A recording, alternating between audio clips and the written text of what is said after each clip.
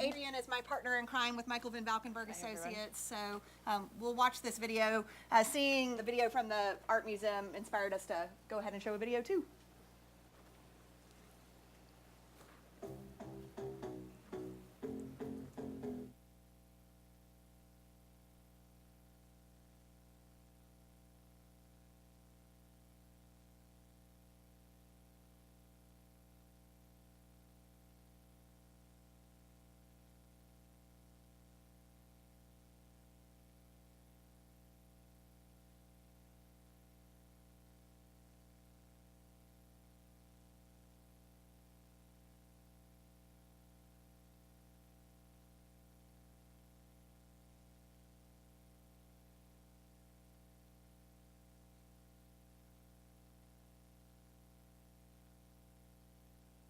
So first of all, thank y'all for being here. I think we're subliminally trying to communicate that Dix Park is one of the most exciting and important cultural landscape projects in the U.S. right now, because every frame introducing every other topic is from Dix Park. So if you haven't had the chance, I really wanted to just kidnap everyone and get on a bus and go enjoy this day outside, but hopefully you'll be able to spend some time with us this weekend exploring Raleigh and the Greater Triangle region. So we're going to tag team a little bit, but one of the most powerful things about this opportunity is to create something transformative, really a new central park for the city of Raleigh, the region, and the state. And it's going to be this ecological center, this cultural center, this social center. And because it's in the city of Raleigh as the capital city, it will necessarily be something that the greater state of North Carolina will enjoy.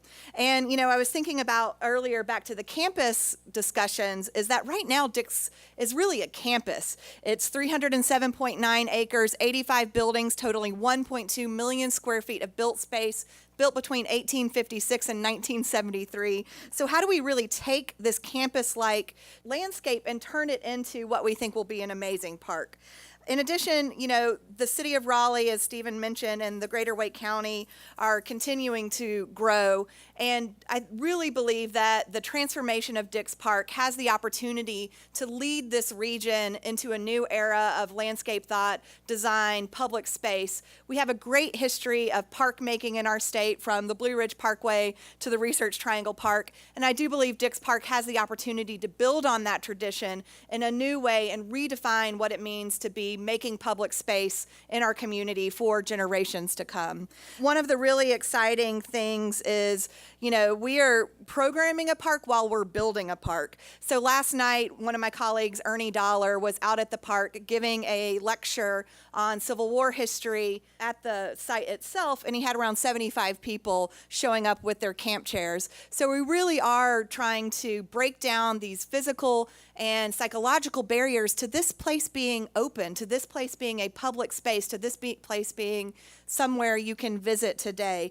And through this, we hope to not only have the impact of transforming individual lives 10 years from now, when phase 1 of the park hopefully will be done, but immediately, what can we do today? What can we do next week? What can we do next month to have a significant impact on the lives of our community through the work we are doing at Dix Park? Now, one of the really fascinating things that I never really thought I would get into was a lot of history. So with the work that Susan Turner's been doing with us, the work that the Community Histories Workshop at Chapel Hill has been working on, and the work of the City of Raleigh Historic Resources team and Ernie Dollar, we have uncovered so many fascinating stories about this. And one of the really interesting things, first, it's Friday the 13th. I think maybe we all recognize that, but didn't say it aloud. But also, April 13th, 1865 is when 30,000 Union troops showed up at Raleigh, part of Sherman's Carolina campaign, and encamped at Dix Park, 0.5 miles from here. So there's this really great, interesting use of the landscape by Native Americans that we're just learning a lot about. It was a plantation for 150 years that we're just uncovering stories from that era. It was most notably and most recently known as the state's first mental health hospital. I'm not a landscape architect. I pretend sometimes to be. I'm not a historian. I pretend sometimes. But I have this narrative in my mind that Dorothea Dix, who was a social reformer and was the basically responsible for catalyzing a transition in the way we take care of people with mental health issues, was also appointed by Lincoln as the superintendent of nurses for the Union Army during the Civil War. At the same time, Lincoln also appointed Frederick Law Olmsted as the sanitary commissioner. And so I believe that at some point they were sitting around a table together talking about how to solve the moral challenges of their time, Olmsted through landscape, Dix through mental health hospitals. And you see a lot in the design of Dix's hospitals that would be very reflective of a lot of the thought that goes into a lot of the Olmsted designs. So that is not proven. It is a creative narrative, but we're going to find something on that. The other, so for 150 years, most people know of Dix as a mental health hospital. So one of our challenges is to extend that understanding and extend that timeline so that you really start to understand all of the different layers of culture and history and narrative that goes along with this site, because it is those stories that make this project so powerful and make it authentic to this place and to this region. Susan yesterday called this site potentially the Rosetta Stone of Raleigh, and I couldn't agree more, because there are so many different pieces of our history. Individually, we can trace our history through it, but also collectively as a society.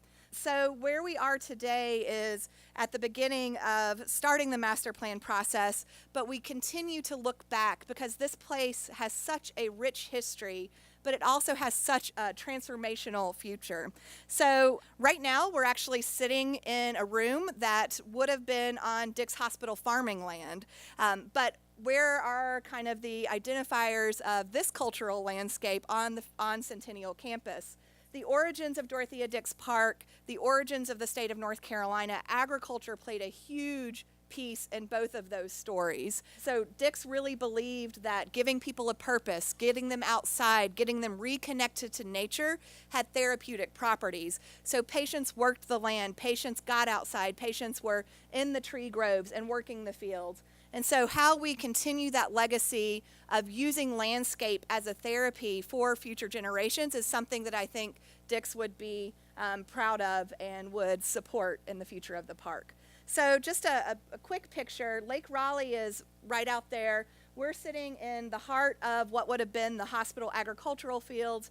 You see the 300 acres that are left today, but at its peak, Dix was around 2,000 plus acres, 2,500 patients, and serving up until the 1880s only a white population. It did integrate during the Civil War and resegregated when Cherry Hospital was opened in Goldsboro, North Carolina. So interesting race history, interesting agriculture history, interesting landscape history. I love this picture on the left of the egg hunt from 1949. Had you been here last week, we actually had another egg hunt. It was for adults 21 and over, and we had over 2,000 people at Dix vying for Easter eggs, and you would have thought it was the Hunger Games and everyone was rushing to the cornucopia to get their weapons, the amount of energy that was around that. But, historically, this was a community place. While it was closed off to a lot of folks, the families that lived there enjoyed the landscape as a park, and we have the opportunity to re-envision that landscape today. So the City of Raleigh, just a quick history on that. There are a number of individuals that worked for 10 plus years to acquire the property for the City of Raleigh. So the state decided to close the hospital in the early 2000s. The last patients left in 2012, and the City of Raleigh purchased the property in 2015. I feel like with this opportunity, we have really what is a once-in-a-generation opportunity to do something that is going to impact lives for years to come. And we have the great opportunity, but also the great challenge to ensure that as we create this park, the entire community believes that it is of and for them. And Adrienne will talk a little bit about where we are today. Yeah, absolutely. Thank you, Kate. Yep. And thank you to the City of Raleigh, to the Dix Park Conservancy as well for shaping such an exciting opportunity for landscape architecture today. This is incredible. So I'm here as the project manager for Michael Van Valkenburgh Associates, representing a much larger team of specialists in many fields who are in the midst of a master plan. So we'll be talking a little bit about some speculative ideas, and we welcome your feedback moving forward. So the site today for Dix Park includes a municipal landfill, among all these other really difficult histories. It was active in the 1950s and 60s, and it filled in a natural creek meander that was here previously. And yet, too, on the other side, there are also visible reminders of a past to respect and to honor. So on the left is the historic cemetery where hundreds of patients associated with the mental health hospital are buried. And there's also a complicated legacy of over 1 million square feet of buildings that Kate alluded to, with a great varied range of significance and integrity among them. We'll share a little bit more about some of the ideas of the master plan and how we're going to prioritize some ideas for transforming this site into a truly remarkable park. Broadly speaking, that comes down to making connections through time and then making connections across the city and the region. So this funny little shape is the Dix Park today. It's 308 acres, as we've said. And to help orient folks to also make some clear connections to the past uses that project into what the future park has become, the Michael Van Valkenburgh Associates team, we've been giving some names to these spaces, to these park landscapes, to really help folks understand that. So important to know, the meadow and the grove. So the meadow and the grove were both noted as being significant landscapes in the 1990s associated with a National Register for Historic Places application. And we see them moving forward as being significant as well. And what they also do is this breakdown of these 6 major park landscapes is a helpful way to interpret and understand the great variety of the landscapes and the buildings that we find in these existing conditions. So 3 of the park landscapes in green contain only about 20% of the overall building area. And while the remainder of the great remainder of the existing buildings are going to be found in this blue core. And so the master plan work to date recommends that the landscapes of the grove, the meadow, and the creek, which are up here represented by the green area, that those embody the feelings of boundlessness. They evince a lack of discernible edges, and that they support restored Piedmont habitats that have been erased or obscured or not celebrated previously. And so these are rooted in the ideals and the values of the 19th century examples, found in the work of Olmsted, who's come up many times today, as he often does, Downing and Davis. And so there's an interesting connection between the work of Andrew Jackson Downing and A.J. Davis. Davis was a draftsperson for Downing, and of course, Downing, a forefather of American landscape architecture, that's a mantle that Olmsted later picked up. And then for 21st century activated park on the right-hand side, again, those are the park landscapes really characterized by a tremendous amount of existing buildings. In contrast, those will really be informed by more of the recent work of what we're calling activated parks, 21st century spaces like Millennium Park in Chicago, where there's a successful juxtaposition of program, art, building reuse, the interpretation of historic landscapes, and those are all blended together to create a new expression of urban and civic space really relevant to Raleigh and to the region. So Randy Hester's work has come up earlier today.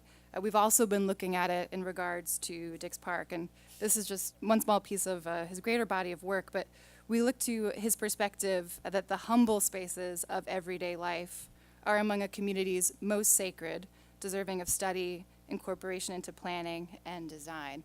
So this is coming out of some of his work in Manteo, the eastern part of North Carolina, in the 1980s.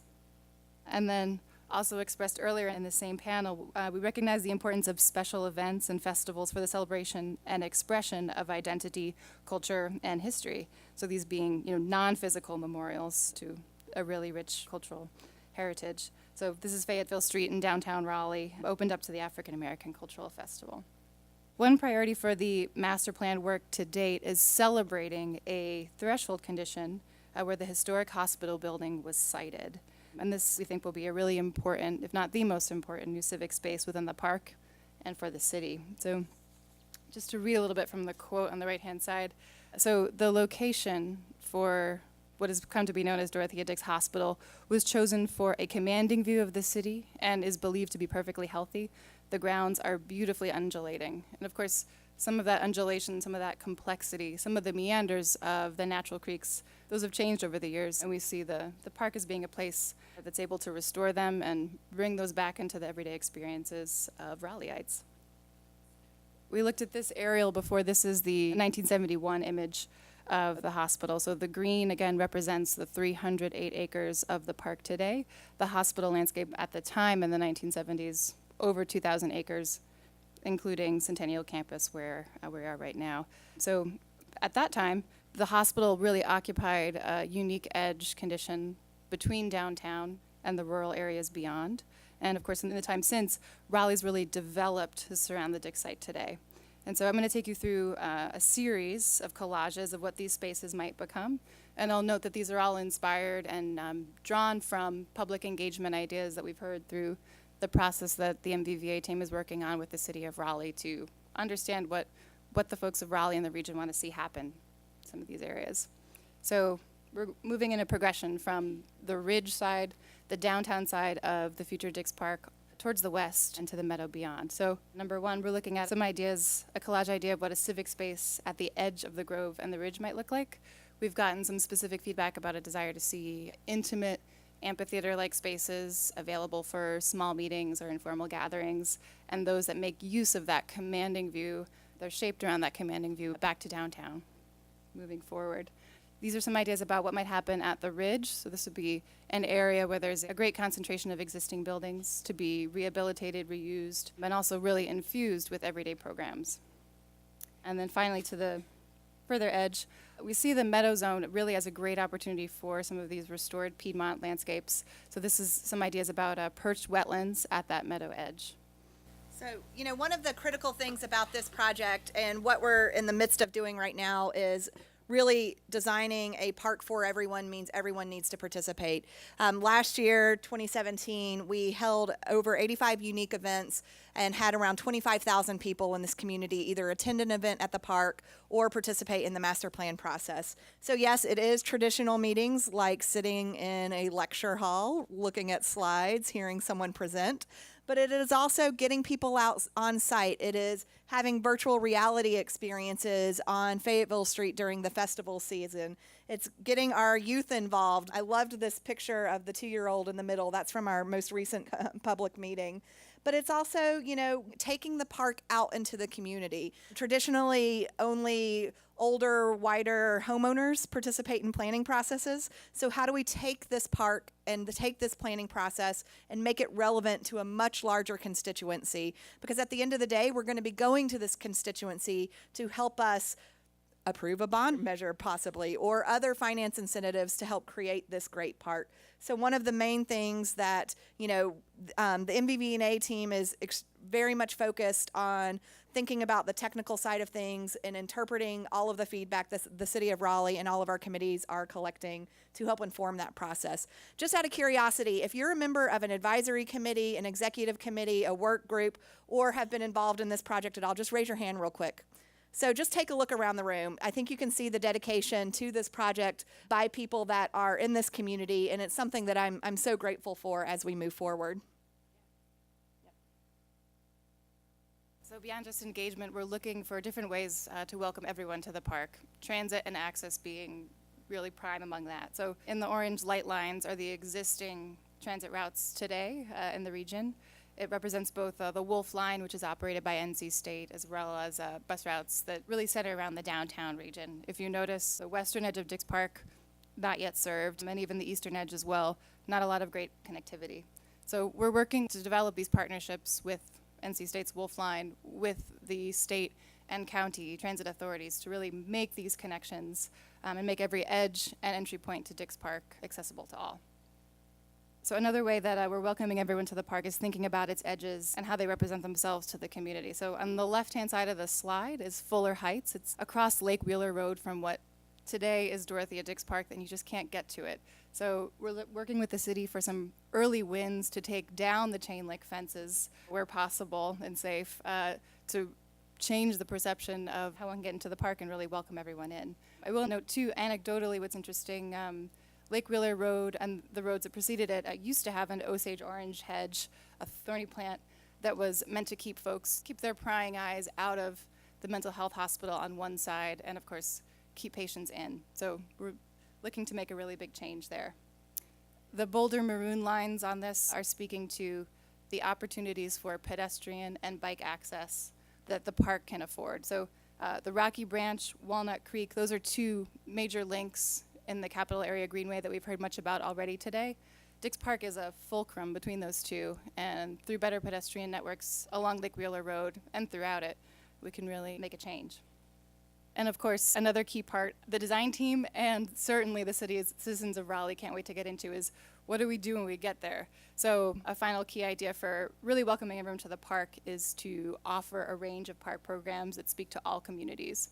And so we're currently receiving more feedback about what that means and look forward to incorporating all of that into the future park.